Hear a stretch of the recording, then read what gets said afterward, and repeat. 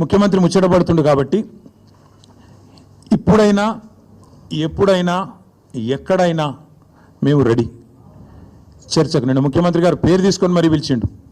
కేసీఆర్ వస్తాడా కేటీఆర్ వస్తాడా రాండ్రి అన్నాడు. నీకు కేసీఆర్ అంత లేదు కానీ మేము చాలు నీకు వస్తాం, మీరు ఎక్కడ పెడతారో పెట్టండి వస్తాం. కాకపోతే మేమంటే ఎప్పటికప్పుడు రెడీ.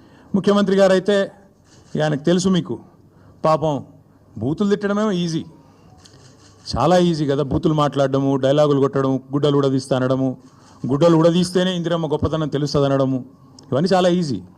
కానీ ముఖ్యమంత్రి గారికి నేను ఎందుకు 72 గంటలు టైం అంటున్నా అంటే, మళ్ళీ మీరు అక్కడికి చర్చకు వచ్చి బేసిన్లు బెండకాయలు అని చెప్పి ఆయనతో ఉన్న పరువు తీసుకుంటే తెలంగాణ ముఖ్యమంత్రి పరువు పోతుంది. ఇప్పటికే మీరు ఎంత సిగ్గుమాలిన వ్యక్తో ఇప్పటికే అందరికి అర్థమైపోయింది. ఎవడన్నా అడుగుతాడండి ముఖ్యమంత్రి దేవాదుల గోదావరి బేసిన్లు ఉన్నదా అని అడిగే పరిస్థితి ముఖ్యమంత్రిది. బేసిన్ తెలియదు, బెండకాయ తెలియదు. దాంతోపాటు ఇంకా దరిద్రం ఏంటంటే నల్లమల పులి అని చెప్పుకుంటాడు. నల్లమల తెలంగాణలోనే ఉంది కదా అని అడుగుతాడు మీటింగ్లో. అంటే ఇంత నికృష్టమైన వ్యక్తి కాబట్టే కొద్దిగా ప్రిపేర్ అయ్యేందుకు టైం, వారికి 72 గంటల సమయం ఇస్తా ఉన్నాం.